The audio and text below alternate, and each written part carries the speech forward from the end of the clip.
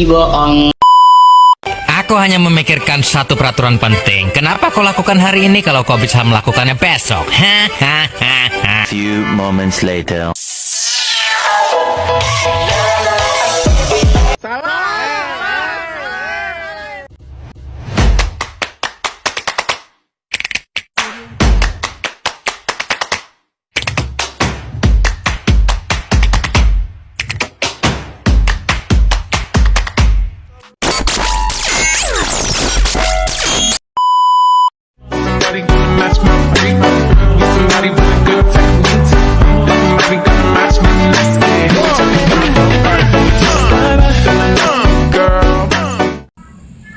Baiklah teman-teman, pada video kali ini kami akan menceritakan kisah panggilan Musa. Yuk kita saksikan bersama. Jauh di padang gurun Midian, di bawah teriknya matahari yang bersinar, hiduplah seorang gembala yang bernama Musa. Ia menghabiskan waktu bertahun-tahun lamanya jauh dari kemegahan istana Mesir tempat ia dibesarkan sebagai pangeran. Kini ia hidup sebagai gembala dalam keheningan gurun. Pada suatu hari, ia menggembalakan domba-domba di kawasan Gunung Horeb. Ia melihat sesuatu yang luar biasa. Sebuah semak belukar yang terbakar tetapi tidak hangus. Api itu menari-nari di dahan itu, tetapi tidak terbakar. Rasa penasaran membuncah di hati Musa. Lalu ia mendekat. Lalu muncullah suara dari tengah semak belukar itu dan memanggil nama Musa. Musa, Musa. Lalu Musa menjawab, "Ya Tuhan, ini hamba." Lalu suara itu berkata, "Jangan mendekat, tanggalkanlah kasut dari kakimu, sebab tanah tempat engkau berdiri adalah tanah yang kudus." Suara itu memperkenalkan diri sebagai Tuhan Allah Abraham, Ishak, dan Yakub. Tuhan kemudian berbicara tentang penderitaan umatnya, yaitu bangsa Israel yang diperbudak di Mesir. Hati Musa teriris mendengar kisah-kisah penindasan dan jeritan pilu saudara-saudaranya. Lalu Tuhan memberikan Musa sebuah perintah yang mengubah segalanya. Karena itu, pergilah. Aku mengutus engkau kepada Firaun untuk membawa umatku, orang Israel, keluar dari Mesir. Musa terdiam. Ia merasa tidak layak, tidak memiliki kemampuan berbicara yang baik, dan dipenuhi sebuah keraguan. Siapakah aku ini?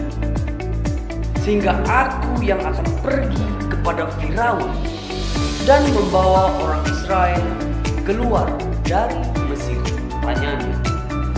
Tuhan meyakinkan Musa, "Aku menyertai engkau." Tuhan juga memberikan Musa tanda-tanda keajaiban, tongkat yang bisa menjadi ular dan tangan yang bisa menjadi kusta.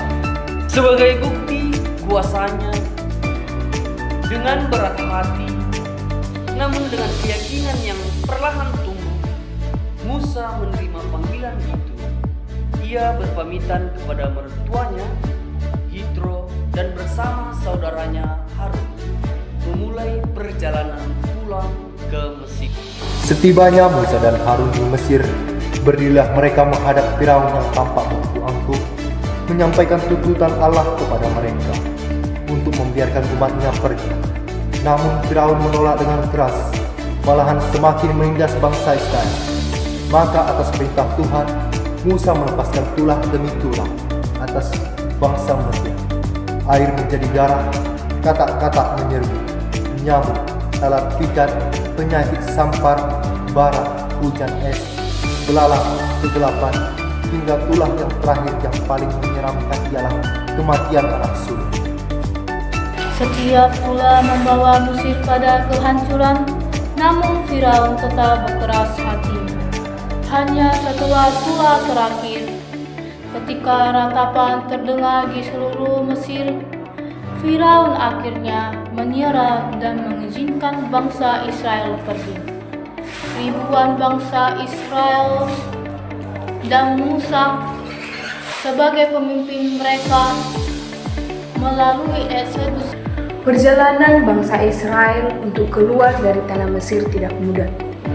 Ketika bangsa Israel telah dibebaskan oleh Firaun, Firaun menyesal atas apa keputusan yang dia perbuat. Kemudian Raja Firaun kembali menyuruh seluruh tentaranya untuk menyerang bangsa Israel. Ketika bangsa Israel tak berjalan menyusuri kota terjanji, kemudian mereka melihat bahwa bangsa Mesir kembali menyerang mereka. Oleh karena itu, bangsa Israel bersungut-sungut kepada Musa. Bangsa Israel ketakutan, namun Musa berseru kepada Tuhan. Tuhan memerintahkan Musa untuk mengangkat tongkatnya. Ketika Musa mengangkat tongkatnya, terjadilah suatu keajaiban di Laut Merah. Laut Merah terbelah menjadi dua, dan perbelahan itu menjadi kering. Ketika itu, bangsa Israel berjalan untuk menyeberangi Laut tersebut. Bangsa Mesir tetap mengejar bangsa Israel. Nah, ketika bangsa Israel sudah seluruhnya menyeberangi jalan tersebut, Allah kembali menyuruh Musa untuk mengulurkan tongkatnya dan menutup jalan. Pada saat itu, bangsa Mesir bersama Firaun dan seluruh tentaranya tenggelam bersama laut. Kehidupan di padang gurun. Di padang gurun, perjalanan mereka dipenuhi dengan banyak cobaan dengan kelaparan dan juga kehausan. Dan mereka seringkali dihantui dengan rasa keraguan. Tetapi dengan begitu, Tuhan tetap melindungi mereka. Tuhan selalu menyediakan manna dari langit sebagai makanan mereka, dan air yang memancar dari batu sebagai minuman. Dan juga Tuhan menyediakan tiang awan di siang hari dan tiang api di malam hari sebagai penuntun dan pelindung untuk mereka. Tuhan selalu melindungi dan menuntun. 40 tahun lamanya, Musa memimpin umat Israel mengembara di padang gurun. Ia juga mendidik mereka, mengajarkan mereka tentang hukum-hukum Tuhan, dan membimbing serta menuntun mereka masuk ke tanah perjanjian. Meskipun Musa itu tidak diizinkan masuk ke tanah perjanjian karena ada kesalahannya di Meribah, tetapi ia juga bisa melihat dari kejauhan di Gunung Nebo. Ia menyelesaikan tugasnya dengan setia, yaitu memimpin umat Israel dari perbudakan menuju kebebasan dan dari kegelapan menuju terang. Maka kisah tentang Musa itu yaitu kisah tentang iman, tentang kepemimpinan, tentang kesabaran, dan tentang kuasa Allah yang luar biasa. Nah teman-teman, melalui kisah panggilan Musa yang telah kita dengarkan, mengingatkan kita bahwa seringkali tantangan terbesar yang kita hadapi itu bukan dari luar, melainkan dari dalam diri kita sendiri. Saat kita dihadapkan pada suatu tugas atau tanggung jawab, kita sering merasa tidak layak dan ragu atas kemampuan yang kita miliki. Kita bisa belajar dari Musa, di mana saat dia diberikan tugas tanggung jawab oleh Tuhan, dia merasa ragu dan tidak layak membawa bangsa Israel keluar dari Mesir.